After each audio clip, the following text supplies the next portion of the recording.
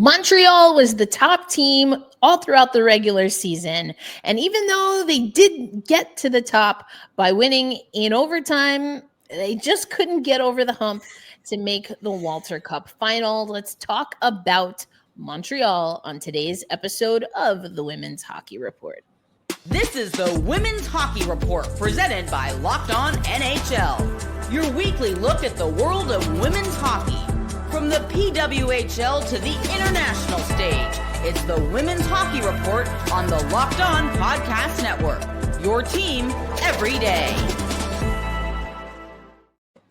Hello, hockey fans. Welcome to the Women's Hockey Report, brought to you by the Locked On NHL channel as part of the Locked On Podcast Network. Erica L. Ayala, your host of Locked On Kraken, alongside Rachel Donner, who is the co-host not only of Locked On Flyers, but also one of your Friday hosts for Locked On NHL. And we are here to do another installment of our team breakdowns, recaps, whatever you want to call them. And today we're going to talk about Montreal. As I mentioned, Rachel, in our cold open, a team that was at the top of the table pretty consistently. And we'll talk about how they were able to do that. Unfortunately, could not find their way into a championship series. So why don't we just start there? What do you think, Rachel, was key and what stands out in the run that the Victoire had in the regular season? Yeah, I think it was really a lot of their 5-on-5 play that drove a lot. Their power play was not that good. And so they were able to get things through 5-on-5, and they kind of scored by committee, especially early in the season. I think, you look at Marie-Philippe Poulin on that team as kind of a dominant force. And while she absolutely is that, very much so, I think especially earlier in the season, there was a lot more players that were contributing. And if you looked at, your top 5, top 10 scorers in the league, you wouldn't see a ton of Montreal players there. And so getting contributions from up and down the lineup really helped. Yeah, we talked about that throughout the season, when it came to what the breakdown was of individual performances. That being said, there were some individuals on this team that collected some hardware, including the bench boss. We'll get into that.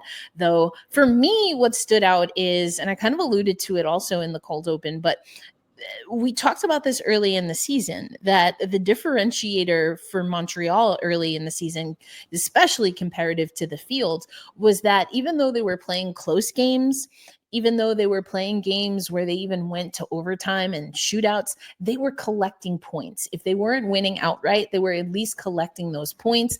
Whereas maybe a team, Rachel, that we'll talk about next week was on the opposite side of that for a little bit there. But, if you look at their 10 overtime games in the regular season, 3 of those came in their first 10 games. 2 out of those 3 in the first 10 games were shootouts. Then they had a stretch in March. Yeah, they had a stretch in March where they had 3 consecutive overtime games. 2 of those just happened to be against Boston. And we'll talk about Boston a little bit later. But for me, that stood out. I think you can look at it a few different ways, right? You can look at it, as I just mentioned, that it helped them collect points early on while the rest of the league was, I think, still getting its bearings.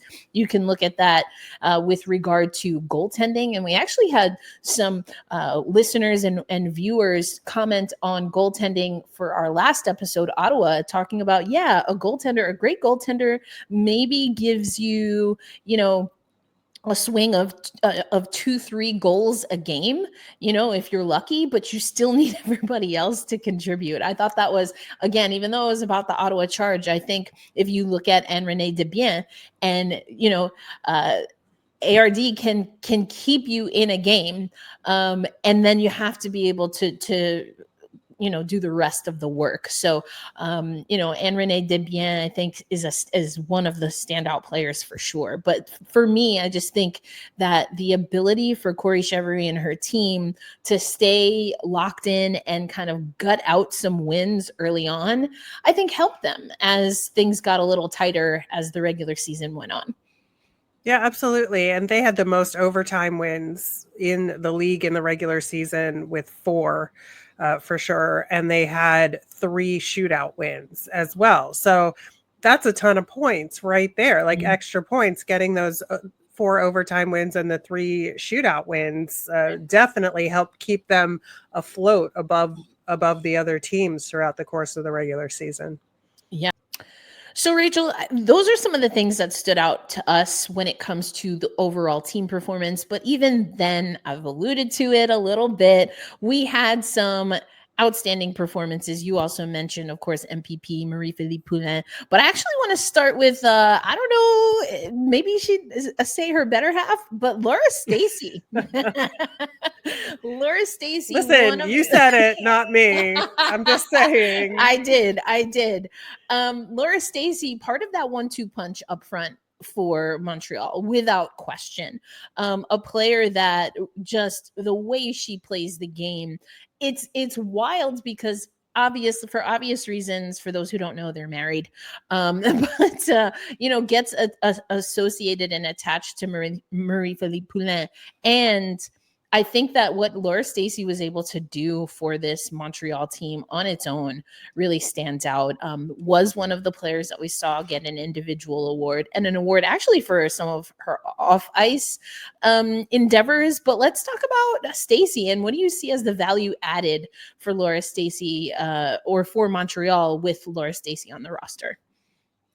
Yeah, so Laura Stacey was the only other Montreal player in the top 10 in scoring in the league for the year. She was in 9th. She had 22 points in 27 games. And they just were such a dominant force. Now, we'll get into maybe what made them less so, but down the lineup. But when you have that 1-2 punch on their top line, playing together, I mean, they obviously have such great chemistry. Again, they're married, but I think, on the ice, like they really knew how to connect and play really well together. No matter who was with them on that line, but I think it'll be really interesting to see how that develops moving forward. But yeah, I think the two of them are hugely responsible for getting Montreal to where they were. Indeed. And as I said, Stacey won an individual award, actually the Hockey for All Award, which is in recognition of a player who made the greatest impact in their community during the season. And so Laura Stacey, as the winner for this award, was selected by PWHL leadership based on nominations submitted by all 16s. Maureen Murphy last year, also from Montreal, won the award, and it was the inaugural recipient. So all the good vibes on the ice and off the ice in Montreal. Marie-Philippe Poulin also won an individual award, arguably the award, most valuable player.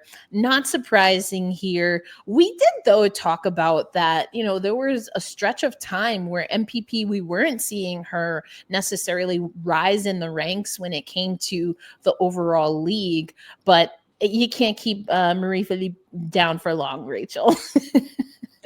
No, you cannot. And, I'm sure they're going to take a lot away from this season and try and figure out a way to get back to where they were and actually, get past in the playoffs. Yeah, indeed. And, maybe looking ahead a little bit here, after the 1-2 punch, and I think you even alluded to it, right? Is there enough here for this Montreal squad to figure things out? But that is something that the coach of the year will have to figure out in Kori Cheverie. And I think for the most part, especially again, maybe the team didn't have the hot start out the gate that they wanted as far as being able to dominate. But it did seem like Cheverie had her team focused and they were willing to do what it takes to, again, rack up those points. So, what do you think about Cheverie as coach of the year? Any other name that you would have tossed in there? Well, I mean, I think when your team has the best regular season record in a small league like that, and they were consistently at the top of the table for the whole season. And that's the factor for me that makes it an Agreed. obvious choice. I mean, I know the Ottawa Charge is hanging out there with what they managed to do, but I feel like the Right. playoffs had a lot more to do with the feelings about the Ottawa Charge. Would I agree. know they were so much more inconsistent during the regular season. If this is a regular season award, Montreal ran the table. So you just got to 100%. give it to Kori Cheverie. I think that they'll take those wins, even though they had to gut them out. And again, there was no team, Rachel, that was able to stabilize, even if it wasn't the prettiest way, like Montreal early in the season. So I agree. Kori Cheverie, that was the definite pick. I mean, yes, Ottawa, maybe you're enamored with their late run, but it would be quite the story if we went from saying, does Carla McLeod have a job, to her then being coach of the year? I think that would have been a tough swing there. Anne-Renée Desbiens, we talk about the 1-2 punch in at the forwards, but Anne-Renée Desbiens, we talked about it. This is a player that can steal you some wins if you're not necessarily scoring, or if you're not necessarily able to get the stops. And again, so many overtime games and or shootouts, including in the postseason. And ARD held them down. Goaltender of the year. And we talked about this on another episode and another deep dive. But again, regular season award. What would you say about Anne-Renée Desbiens winning that goaltender of the year? I mean, I get it. I still would have given it to Gwyneth Phillips. I think, when we talked about this, when the awards came out, I think that if you look at overall impact on the team in terms of, did they make the playoffs or not? Did they get to the final or not? Was there a goaltender that kept them in it throughout that final or not? Right. And so I do think that I still would have given it to Gwyneth Phillips, especially given the circumstances with Ottawa. That being said, Anne-Renée Desbiens had an incredible season, right? 100%. I just think the impact to the team was a little bit more on the Ottawa side. Yeah, I would agree. And I will be honest, especially in the early years of the league, I did wonder if awards and how we gauge performance would skew more to an international audience, or some of these veterans, titans of women's hockey. And of course, the cream will rise. And we saw that, I mean, in all of the players that we talk about.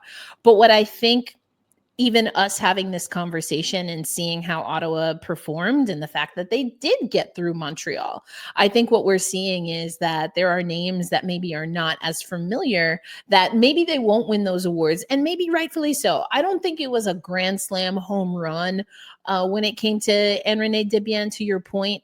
And I do think that for me, I would give that edge. Gwyneth Phillips, it's close though, because if you think about it, I mean, ARD has the numbers, hands down. She has the better save 100%. percentage. She has the better record. She has the better goals against average. So there's it's not a wrong answer. It's just not the most right answer.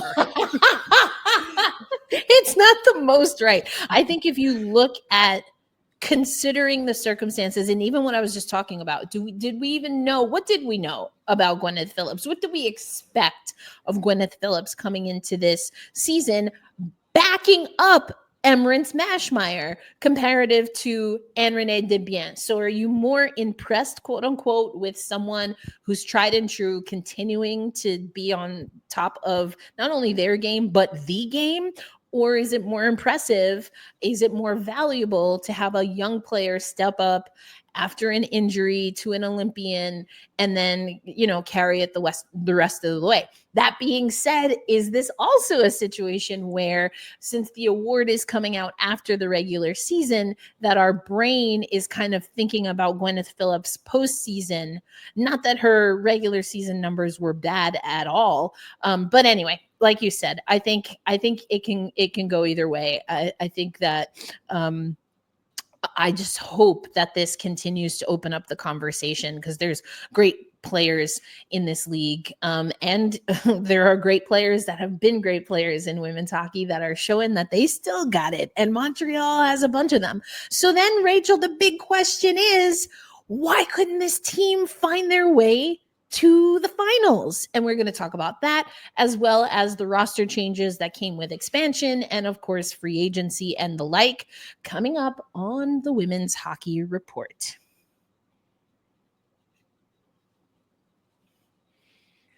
Have you ever decided at the last minute to head to a ball game with friends and family? Maybe it's game day. Suddenly you realize you want to be in the stands, and that's exactly where Game Time comes in. It's the easiest way to grab last minute tickets without the stress. With the money you save on tickets, you can splurge on food, drinks, merch, or bring more people with you to the game. And Game Time makes buying tickets fast and simple. The prices on the app actually drop the closer you get to first pitch. They've got incredible last-minute deals, panoramic seat views, and a lowest price guarantee that takes the worry out of buying. Game Time is the official ticketing partner of Locked On MLB. It's so easy to browse the app for an exciting upcoming MLB game. As a Phillies fan, I would suggest you go see them against the Tigers and the Orioles coming up soon. You can take the guesswork out of buying tickets with Game Time. Download the Game Time app, create an account, use the code LOCKEDONNHL for $20 off your first purchase. Terms apply. Again, you can create an account and redeem with the code LOCKEDONNHL for $20 off. Download Game Time today. Last minute tickets, lowest price guaranteed.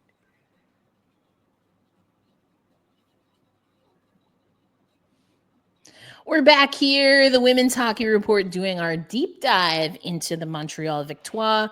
Again, a top team in the regular season, but didn't find their way to compete for the Walter Cup. That's because they ran into the Ottawa Charge, who, if you missed last week's episode, we did our deep dive on all things Ottawa. All right, Rachel, was there something glaring that stood out to you? I mean, again, this is a Montreal team that had to play multiple overtime games if they wanted to get to the final. It was Ottawa who ultimately was able to get over the hump here. But whether you look at the regular season and maybe even obviously more specifically in the postseason, were there maybe a few chinks in the chain? Did this team run out of gas? Was it more that the scout was out on them?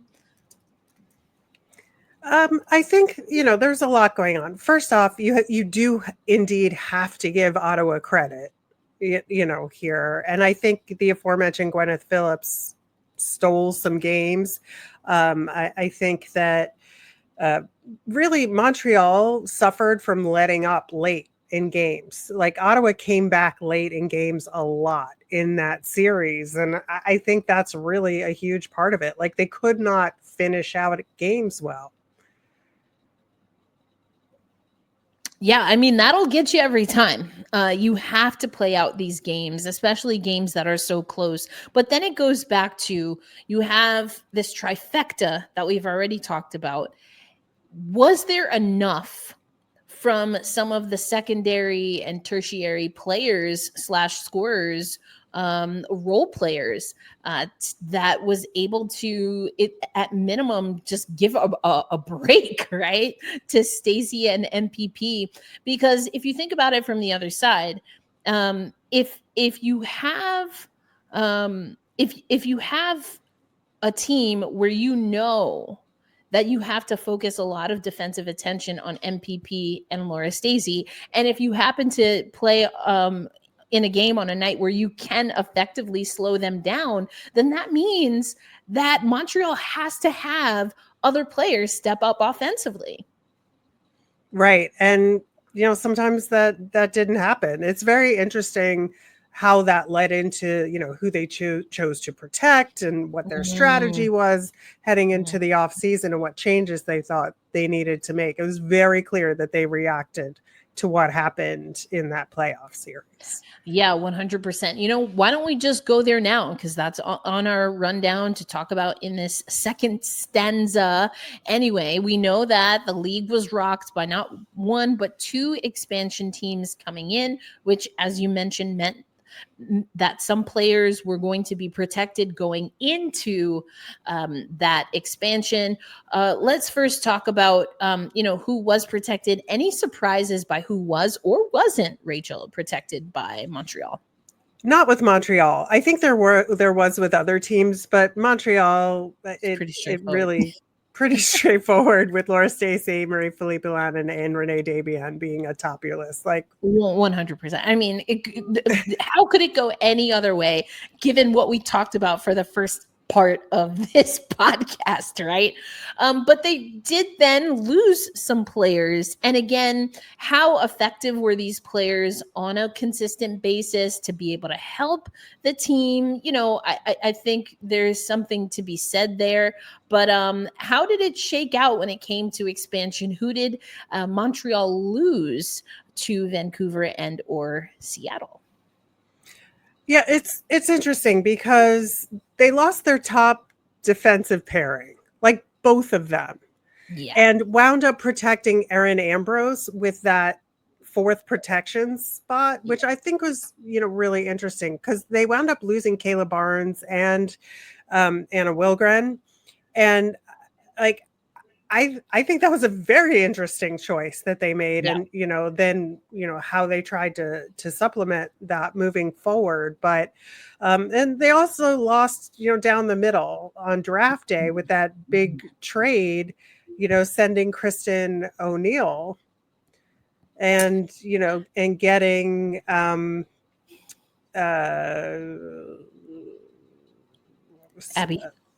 Oh yeah. So, they lost some down the middle with sending Kristen O'Neill away to get Abby Rock, right? Mm-hmm. And, I think that was a really interesting choice as well for them. I ultimately, I think it was the right move because of how their lineup could shake out.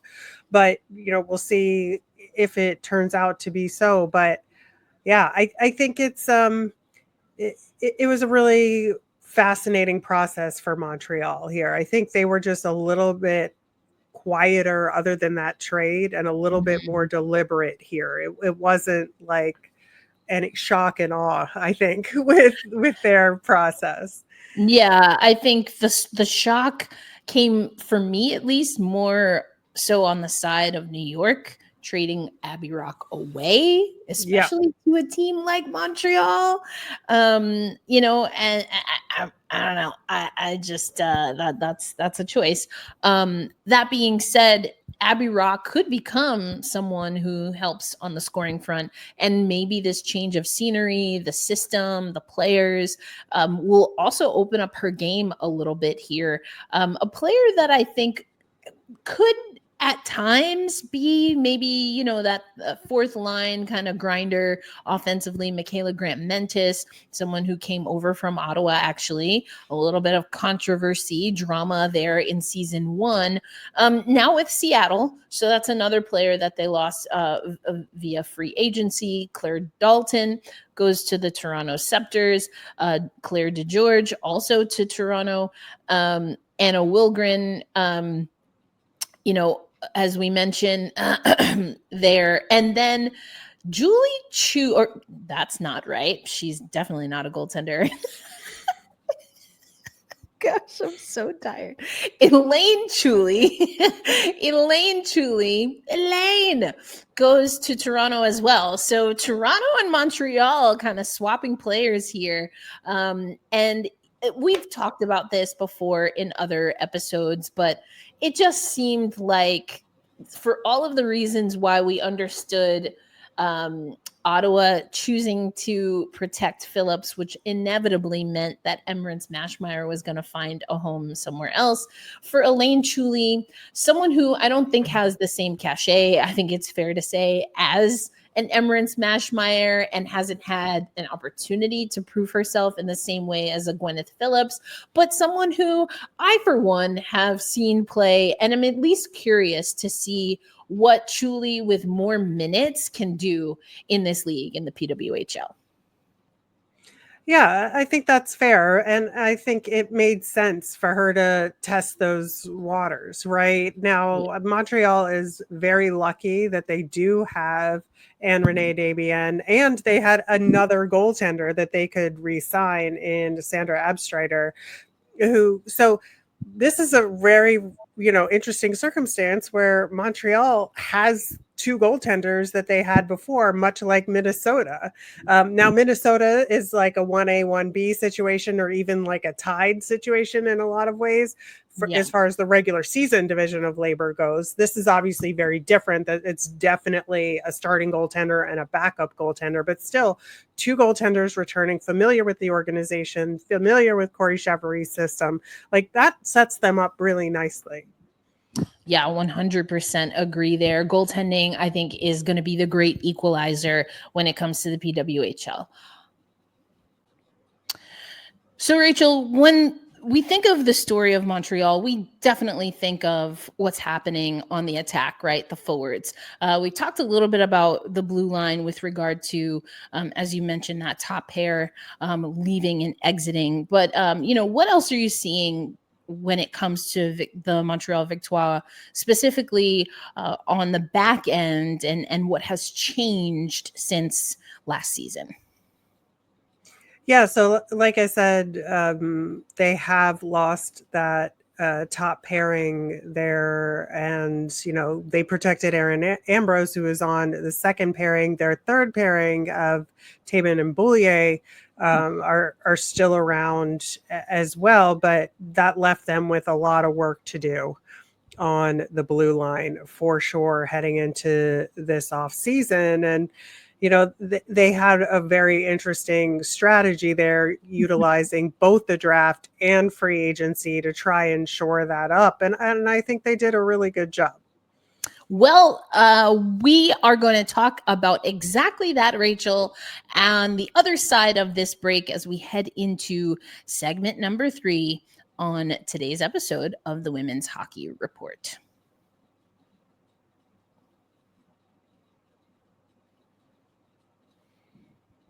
So we've spent a lot of time talking about this Montreal team, what went right in the regular season, what potentially went wrong in the postseason. We talked about some of the departures. Now it's time to talk about how they were able to refill and restock this roster. And of course, we have free agency that we want to talk about, and of course the draft, the entry draft, if you will. So we talked about the trade, and Abby Rock lands in Montreal from New York, but not the only forward that I think potentially could add to some scoring depth here. In free agency, they picked up Haley Skamura from Toronto, who originally, of course, was with Ottawa. It was a part of that trade, Rachel. Right. Yeah, it's interesting because I think what they chose to do is pick up some forwards that have flexibility. So they wanted to shore up down the middle a little bit, make it more, I think, potent up and down the lineup, down the middle, and then pick up some wingers who could actually also play center, which I think adds to your skill set a little bit and creates some flexibility, and it allows for more creativity on the front end there. So Skamura is definitely a winger, but Abby Rock is likely, I would think, to slot in at 2C under Marie-Philippe Poulin there when all is said and done. Shai Dark is probably their 3C. She may end up as the 4C, but could really be a solid 3C to partner with draft pick Skylar Irving, who I know is a 1C in college, right? But coming into this league, I think it would help her to maybe start out at the wing a little bit, but because I think it would be wasted minutes to have her as the 4C. I want her in more. So if you float her out to the wing with Cheyenne Darkangelo, I think that's a really interesting combination there. Yeah, that could be really that successful, right? Yeah, for sure. So then, I mean, another player that comes in via free agency, also from the New York Sirens, Jade Downey Landry. Does that then become your 4C, you think, Rachel? I mean, she could be, but she can also float out to the wing. She can do both. And so you have Alexandra LaBelle, who is returning, and she could be that 4C. And I think, again, that allows them the flexibility and the creativity to create a different kind of situational lineup here. And I think that's something that was lacking, that they have, special team situations. They have, whether you're having an offensive zone faceoff versus defensive zone faceoff, I think they can mix and match a little bit here, even within a game, to make things go a little bit better. And that's what I love here. Even Maureen Murphy, I would say she's primarily a winger, but she can play center. She's done it. And so this allows also for like somebody to take a face off, but then swing out to the wing, right? Yeah. In terms of their roles. So I kind of really love what they've done here, honestly. I mean, as you're breaking it down, I mean, this really sounds like they're leaning into the evolution that we see, not just in the NHL, but I think certain college teams are also leaning into this maybe more positionless hockey. Everybody's a rover. Everybody's a rover. You're a rover. You're a rover. You're a rover. Yeah, exactly. Rover time.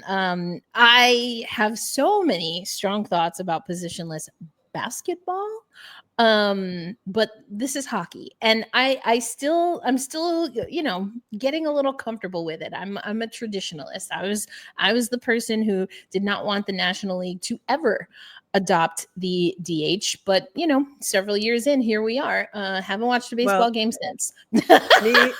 me and Allison Lucan are on the positionless hockey train. And, I know it. Don't I know it? Don't I know it? So I guess we'll see. Is this going to be what gets Montreal to the Walter Cup final? But I do think it's interesting here because they also picked up Natalie Mlinkova, who we saw at Worlds in the draft, right? And she could absolutely slot in with MPP and Laura Stacey and be just fine.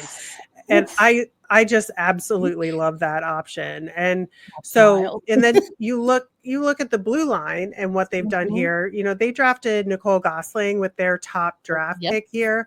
Again, I think she could be a top pairing defender in this league. And, you pair her with Erin Ambrose.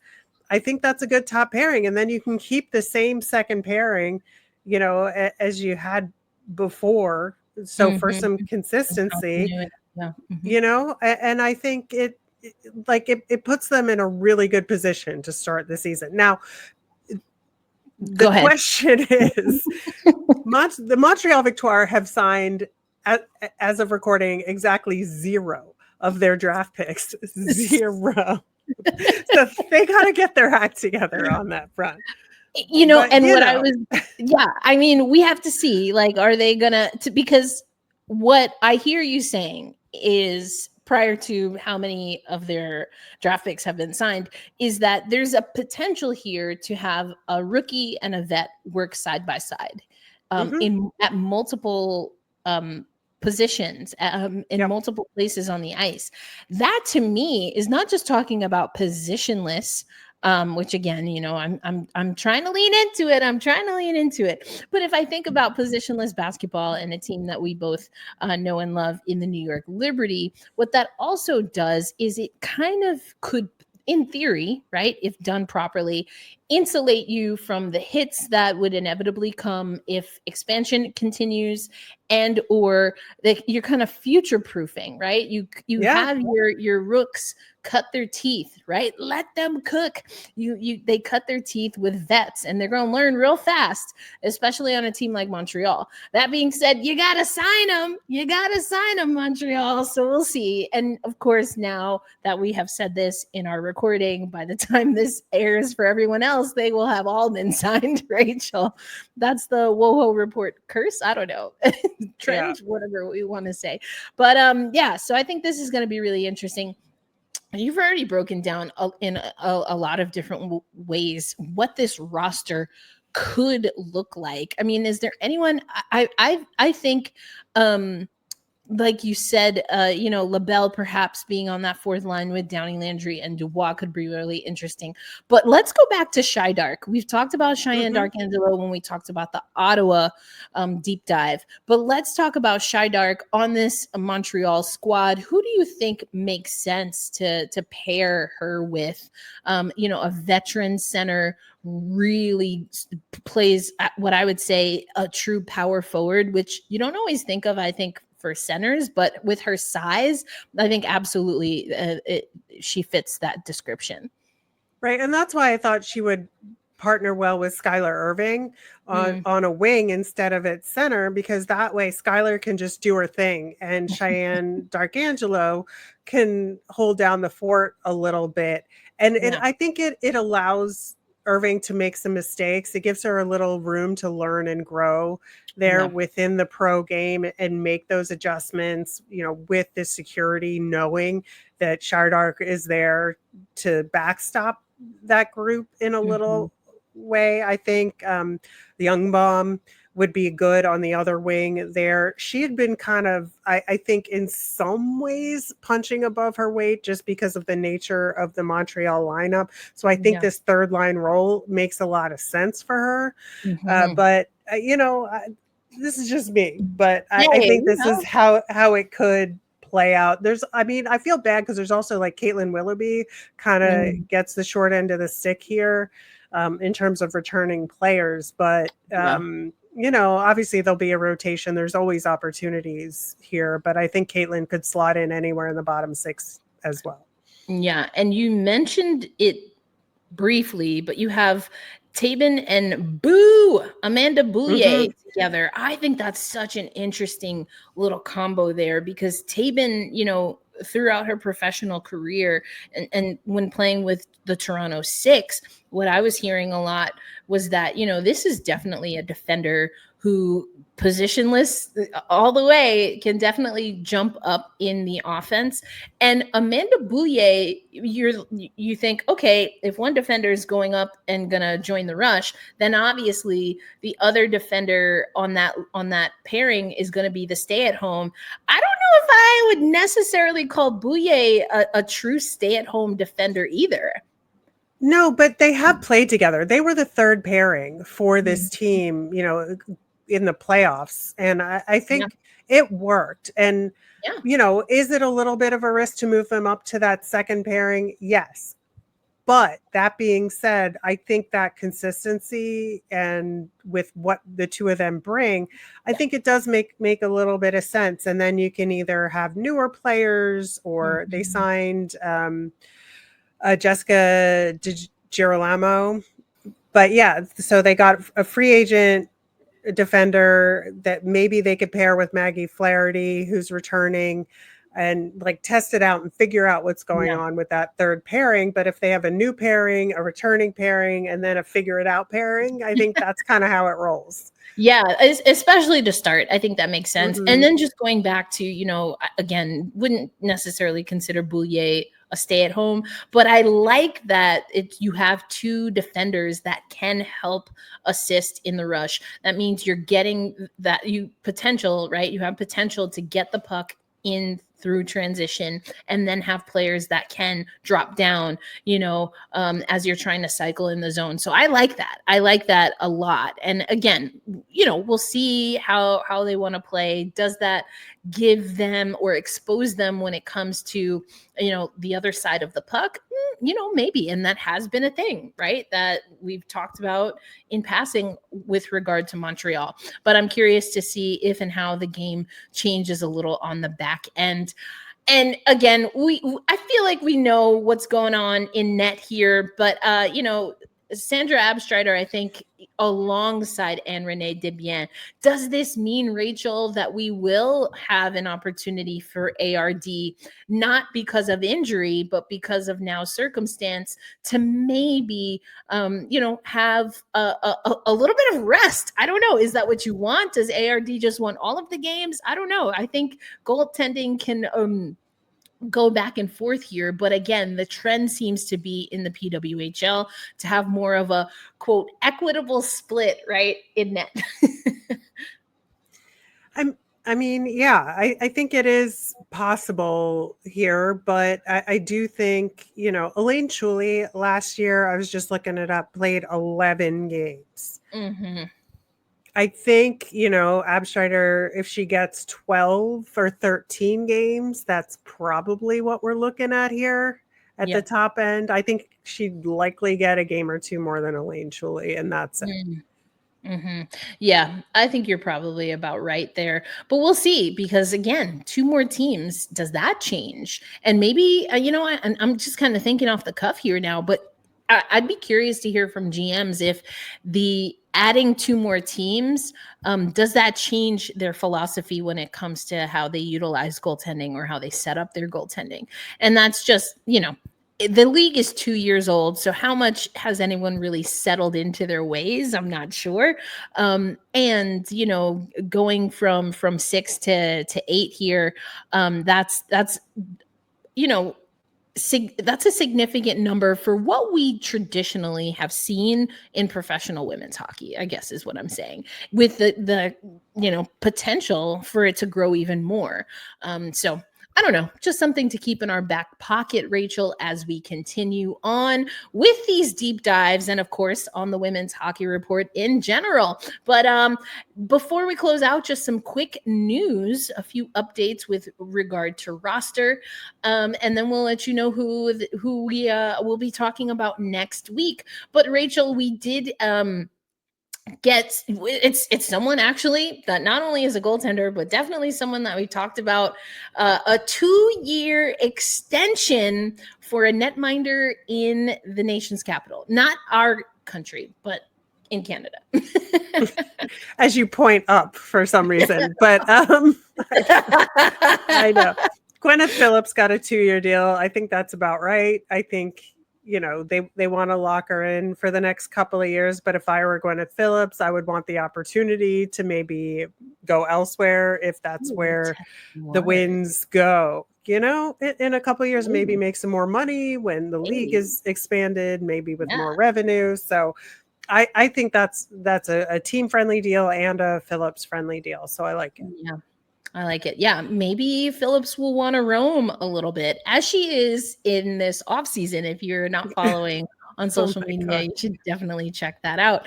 But not the only update here. We also have Minnesota, another team we've already done our deep dive on. They were the first ones, actually, Rachel. Also, were able to put, inked paper or pen to paper. Ink comes out of the pen. They signed someone, Rachel. Yeah, they signed Anna Seghetti, who is one of their draft picks, who's a forward. She got a 2-year deal, and she looks to factor in pretty significantly, I would say, in this upcoming season. Yeah, for sure. Again, we've already done that deep dive. Ottawa was last week. The week before that, to kick off our series, we started with the 2-time Walter Cup champions, Minnesota Frost. Just did our Montreal deep dive. So, Rachel, who is coming up next? That would be your very own Toronto Scepters. Indeed. We're going in order, the last team standing we started with, and then we'll make our way to effectively New York. I mean, we all know that they were the first team eliminated. So that's the order that we are going in. So Toronto will be up next. If you are a Scepters fan listening in, first of all, thank you so much, audio listeners, YouTube viewers. We appreciate you. But if you have any comments or questions, put those in the chat.